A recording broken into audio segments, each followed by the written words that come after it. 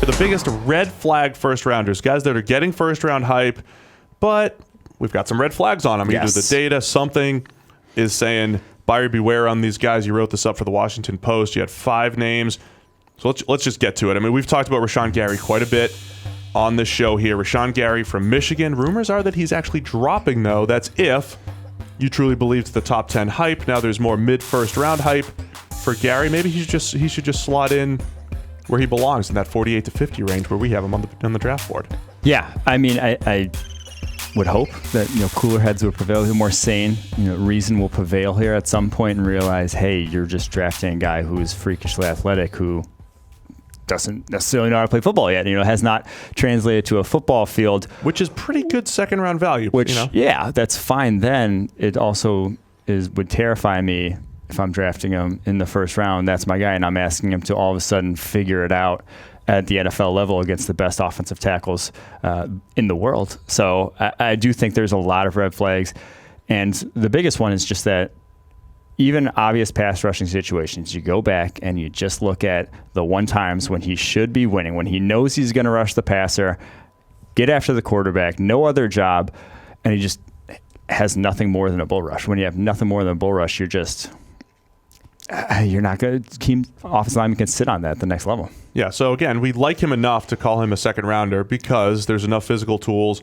You can kick him inside, maybe get some value. You could try to develop him on the outside. Mm-hmm. If he landed at the Vikings with their mid-second round pick, I feel like that'd be a good, they could probably get the most out of him, hope for that Donnell Hunter type of development. But again, I just don't want to hitch the first round pick to Rashon Gary. So that's the red flag. These are red flags. So his big red flag is on-field production.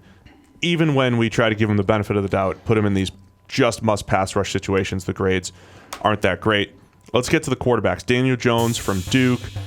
We've been saying this for a while. I wrote him up all last week. I said I called him more of a third-round prospect. You went straight Friday news dump last week, though, and was like, hey, I kind of like Daniel Jones. No, that's not my wording. Get the wording right.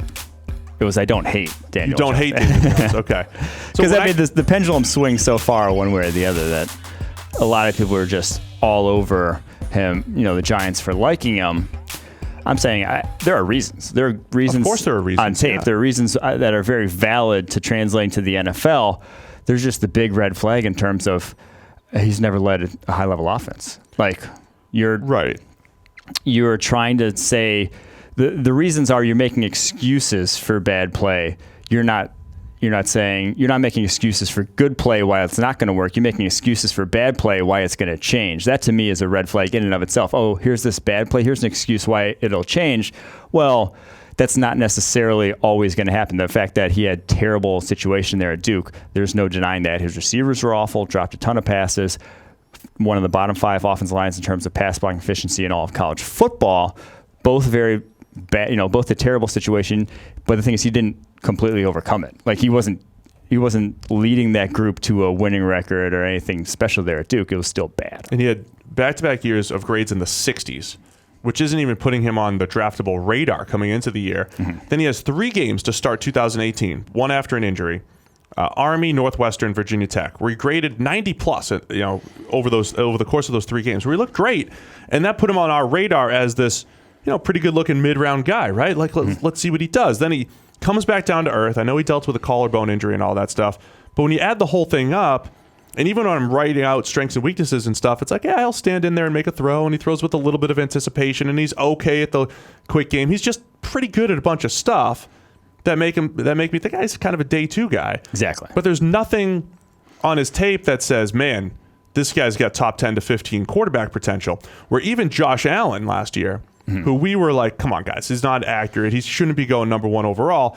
But we at least said, with his arm, with his athleticism, with his ability to drive down the field, you can build this offense around him where he can create chunk plays, and it might not look efficient, but you can have one of those seasons where he just moves the offense a little bit, even if it's ugly. Mm-hmm. With Daniel Jones, it's just every time I'm describing him, I feel like I'm describing a Mike Glennon-like backup who, in the spot starter role, could do pretty well. Well, and the other thing was even going back to that Northwestern game. One of the best games you saw all last season. They scored 21 points in that game. Yeah, in that football game. Like he was not necessarily it wasn't a high level offense that he was leading there. He still was kind of like, he was efficient in the underneath stuff and then made a couple throws down the field, and it all was like accurate and moving, but it wasn't still like Patrick Mahomes level. It wasn't what those guys look like at their high end in college. It was just nice, Can I call out the Godfather Gil Brandt real quick? Go for it. I mean, I love Gil.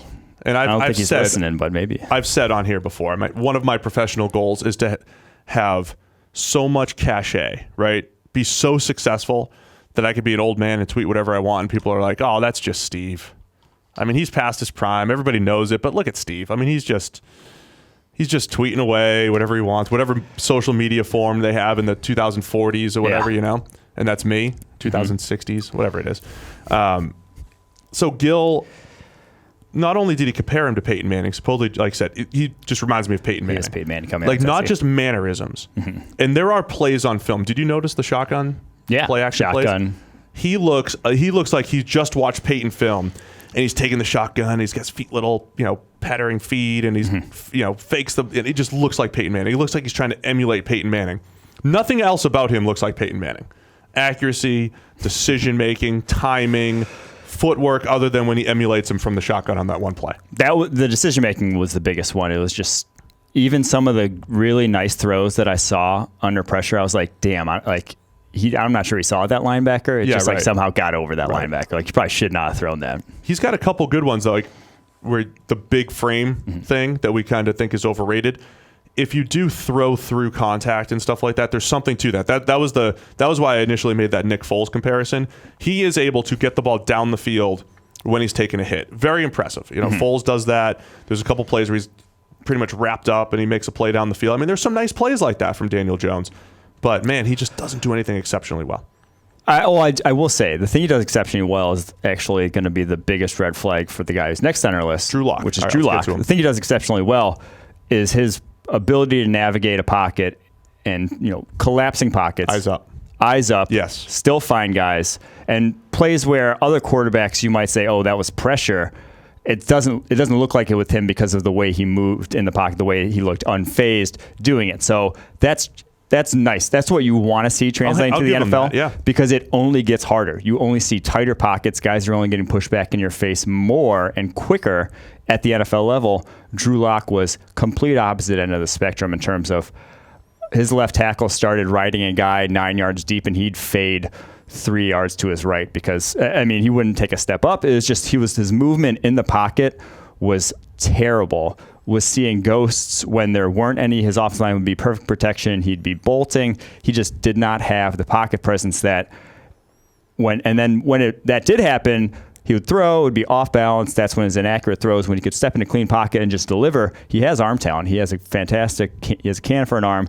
It goes where he wants a lot of the times. That's why he showed well in the Senior Bowl against air. But that pocket presence, I'm not sure we've ever seen a guy really go from Ryan Tannehill pocket presence to Tom Brady pocket presence. It's just something that you kind of have at the position, especially since he's a 4-year starter at this point. It's not like he's just a guy stepping in the first time. He's been for 4 years and still sees ghosts. It's really interesting because you're right. I don't think we've seen guys overcome pocket presence. What I think guys have overcome, though, is being a little bit slow to process. I mean, like Jimmy Garoppolo, when he just got to the NFL with New England, he took so many sacks in preseason games, and he just looked slow to process. Now that he's with San Francisco, and when he had those couple good games in New England, nobody was like, man, Jimmy G's slow to process. He was, he's quick, right? He's big. Even Carson Wentz had times in college where it felt like he's a little bit slow to work the field, and he's gotten better with that. So I think processing can improve. Pocket presence, though, that's the movement and feel. That's different. I agree. I don't see that improving. We actually track pocket movement. What was the guy's first movement? I can't remember if I used this stat when you were here, but the average NFL quarterback moves up in the pocket about 5% of the time when they move. Lock is at like 2%.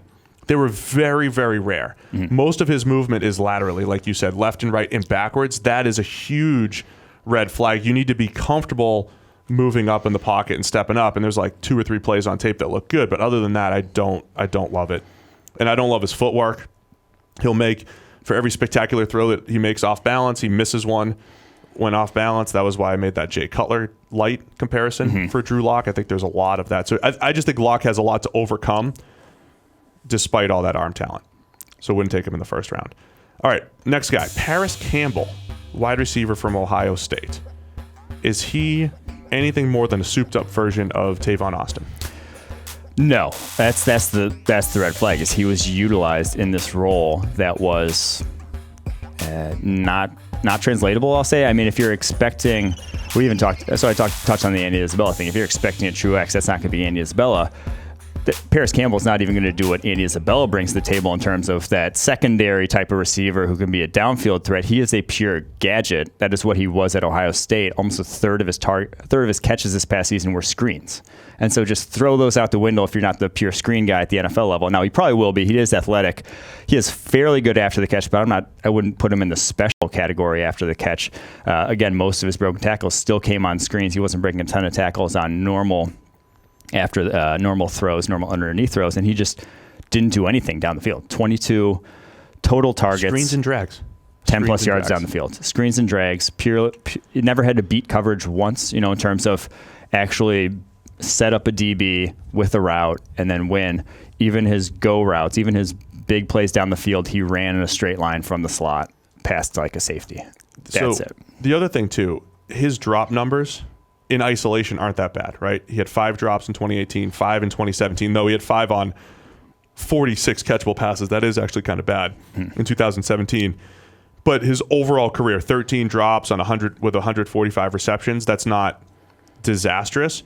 But in 16 and 17, he was running a few more receiver type of route. Like when he runs receiver routes more so than the easy stuff, it looks really clunky catching the ball sometimes too. So you pretty much have to use Paris Campbell as a gimmick player and hope he develops as a receiver.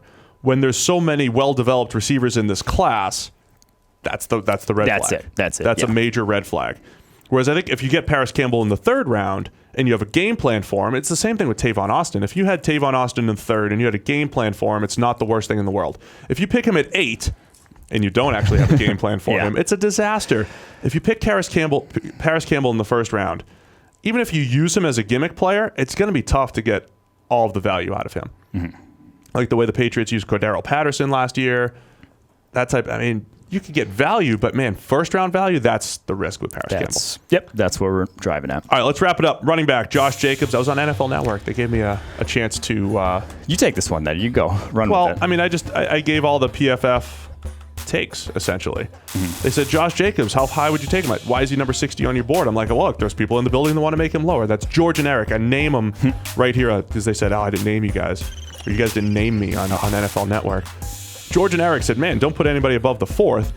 Look, I think Josh Jacobs could be a nice complementary back in like an Eagles offense.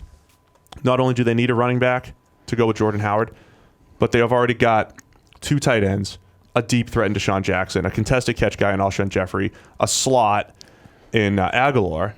So now you have Josh Jacobs, receiving running back. If they took him in the 2nd round, I'd be like, all right, that makes sense. But 1st round, any running back, it's going to be you're really hard pressed to get any true value out of the 1st round running back. Yes. One of the stats I go back to is just him versus Jordan Scarlett, the Florida running back. Against SEC competition over the course of their careers, Jordan Scarlett actually broke tackles at a higher rate, and their yards after contact per attempt were within like 0.2. So I think Josh Jacobs is like 0.2 ahead of him. It was like 4.1 versus 3.9 or something like that. Wow. Which is, Jordan Scarlett, you can probably get in the 6th, 7th round. You can get a guy who is as productive as a running back as Josh Jacobs over the course of his career, tested out better athletically. Scarlett ran a 4.49, I want to say, at the combine, is more of a home run threat in that regard. And you're going to take Jacobs in the 1st versus that guy who can get way later in the draft. Jacobs, the thing is, his receiving ability is good. That's why he's our number 1 back on our draft board. That is a legitimate weapon. But again, he's not a great athlete. And the other thing was why it goes back to like the tight end conversation of you better have a plan to use that receiving ability. A lot of teams don't. A lot of teams start using their running backs like Saquon Barkley and throwing them flat routes 80 times a year because he has receiving ability, which you don't even want to be throwing the flat route. It's that's a bad route. Team. It's a bad route to throw. That's the interesting thing. The more we talk to the analytics guys and all that stuff, it's like, all right, because we'll ask the same question I think our listeners and YouTube viewers want to ask, right? Well, if he has receiving value, then why can't you extract that value out of him? Throw the ball a ton. And they'll just say, look, You just don't want to. Even if you had the best receiving back of all time, the effort that you have to go to extract their value is to the detriment of everyone else. Yes. And that's part of the whole issue. This is why I'm like, guys, you do want to stop the run, right? And it's like, well, if you don't stop the run well, you're making the other team run the ball more, which is making them make better. Worse decisions. Yeah. Yes. So there is actually something to this whole analytical breakdown of like, if you're really good at something that's not that valuable, it can actually have an inverse effect because you think it's valuable, right? You overuse it. Let me just finish it with this. There is a difference in running back skill, but it just doesn't. But it's not directly correlated to the difference in value. That's the thing, right? Saquon Barkley is a special running back. We think, skill-wise, we think Josh Jacobs is the best running back in this class. But the difference in value that he's going to bring versus, say, a Jordan Scarlett or the number 10 to 15 back on our board is negligible. That's the ultimate running backs don't matter argument that we're always hammering home. So there you go. Biggest red flag first round picks. I think we made good cases for all those guys.